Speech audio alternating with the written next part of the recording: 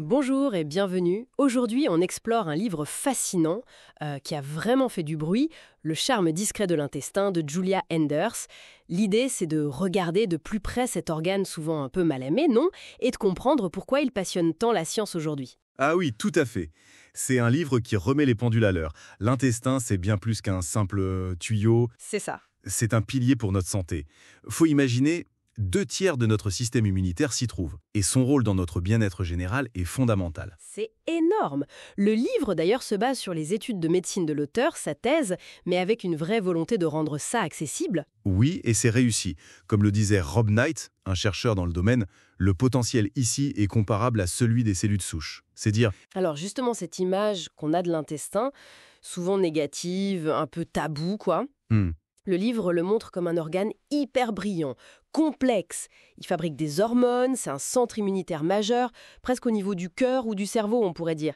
Julia Enders raconte même que son intérêt vient de son histoire perso. oui, sa naissance par césarienne, son intolérance au lactose, Exactement, ça a été un déclic pour elle. et même un truc aussi simple, enfin simple en apparence, comme aller aux toilettes.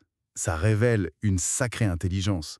C'est une coopération en fait, entre le sphincter interne qui est inconscient et qui goûte un peu ce qui arrive. Qui goûte, carrément. Oui, enfin, des cellules sensorielles analysent si c'est du gaz ou du solide, pour simplifier. Et puis, il y a le sphincter externe, celui qu'on contrôle consciemment. Donc, tout un dialogue interne.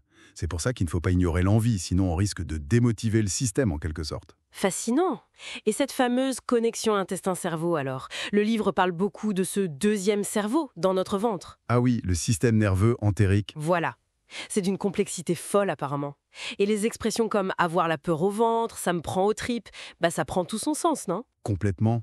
Il y a cette étude sur les souris qui est assez dingue. On leur donne une bactérie, elle rhamnosus, et hop, leur comportement face au stress change. Et ça passe par le nerf vague. Mais comment ça marche concrètement? Comment ces signaux du ventre influencent nos émotions, notre perception? Bah justement, c'est là que ça devient passionnant.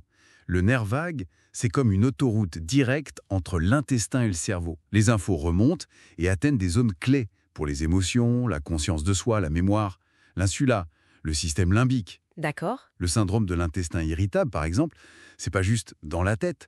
Souvent, c'est un vrai souci de communication entre les deux, qu'on peut même voir sur des scanners cérébraux parfois. Et le microbiote lui-même, il peut jouer sur l'humeur. Ah oui, hein. Oui, par exemple, une mauvaise absorption du fructose, ça peut entraîner une carence en tryptophane. Et le tryptophane, c'est le précurseur de la sérotonine, l'hormone du bien-être. Donc, moins de tryptophane absorbé. Potentiellement moins de sérotonine. D'accord, je vois. Parlons de ce microbiote alors. Cette planète intérieure, c'est une jolie image du livre. C'est quoi? Presque 2 kilos de bactéries? Oui, jusqu'à 2 kilos. Et des centaines de billions de micro-organismes. 100 billions, c'est le chiffre souvent cité. C'est énorme. Et elles font quoi, toutes ces bactéries? Eh bien, un travail colossal. Elles digèrent des fibres que nous, on ne sait pas digérer.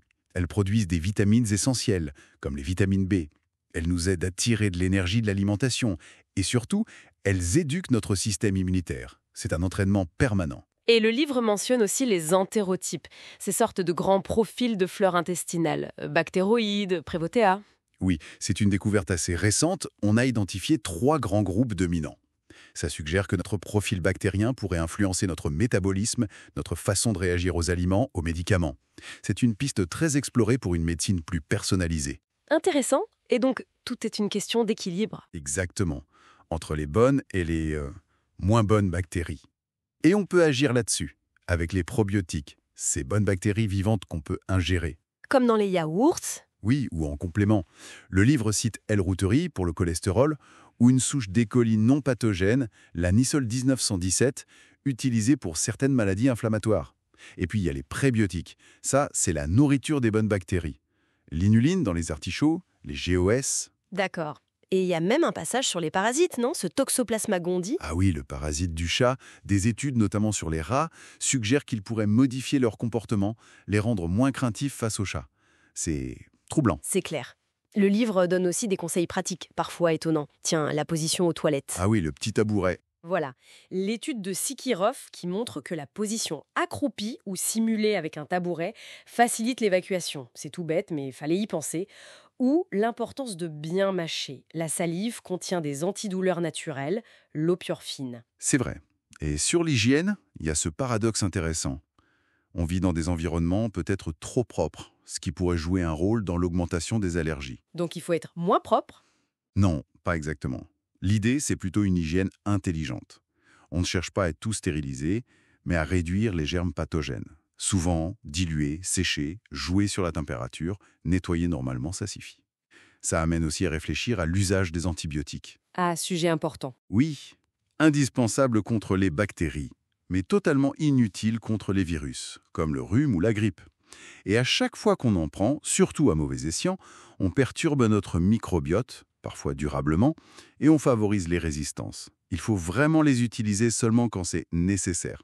Donc, pour résumer un peu cette exploration, ce livre nous montre un intestin qui est loin d'être passif. C'est un organe intelligent, super connecté à notre cerveau et qui héberge un écosystème, le microbiote, absolument vital pour nous. Tout à fait. C'est une belle invitation à mieux le connaître et surtout à en prendre soin finalement. Exactement.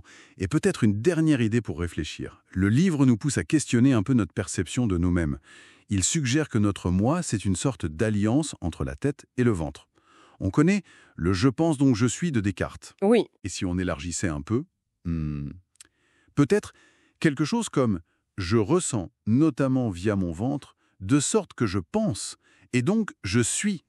Ça invite à redonner une place à nos sensations corporelles, à ce fameux deuxième cerveau dans qui nous sommes. une perspective assez vertigineuse en effet. Merci beaucoup pour cet éclairage. Avec plaisir.